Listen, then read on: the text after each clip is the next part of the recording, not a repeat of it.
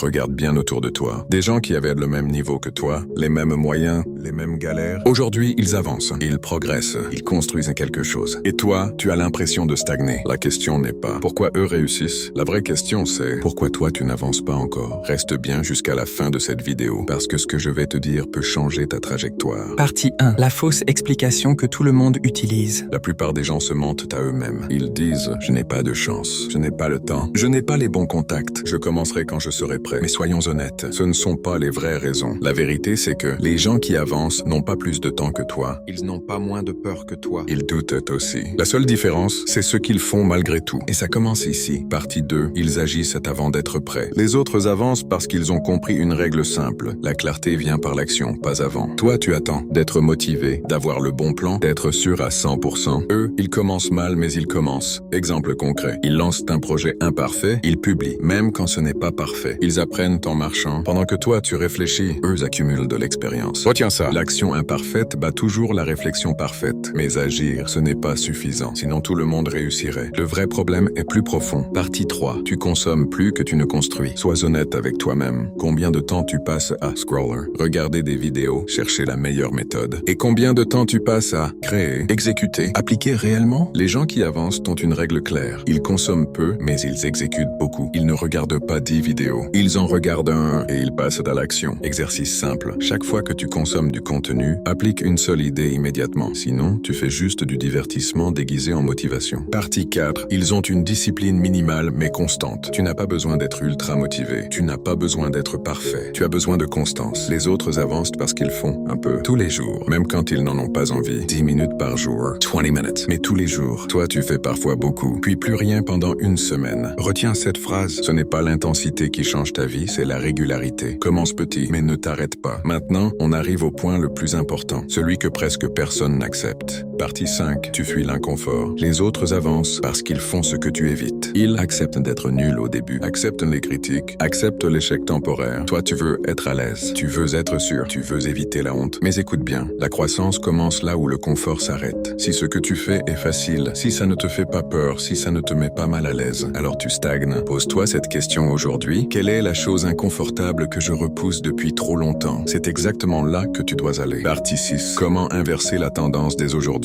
Voici un plan simple en 3 étapes. Choisis une priorité, pas 10. Une seule. Agis chaque jour, même 10 minutes, pas d'excuses. Pas de perfection. Réduis la consommation inutile, moins de contenu. Plus d'action. Si tu fais ça pendant 30 jours, tu ne seras plus la même personne. Les autres avancent parce qu'ils agissent avant d'être prêts. Exécutent plus qu'ils ne consomment. Reste constant. Accepte l'inconfort. La bonne nouvelle, toi aussi tu peux le faire. Mais personne ne viendra le faire à ta place. Si cette vidéo t'a parlé, mets un like pour soutenir la chaîne. Abonne-toi si tu veux continuer à avancer avec moi. Et surtout, applique au moins une chose aujourd'hui, parce que ta vie change le jour où tu passes à l'action.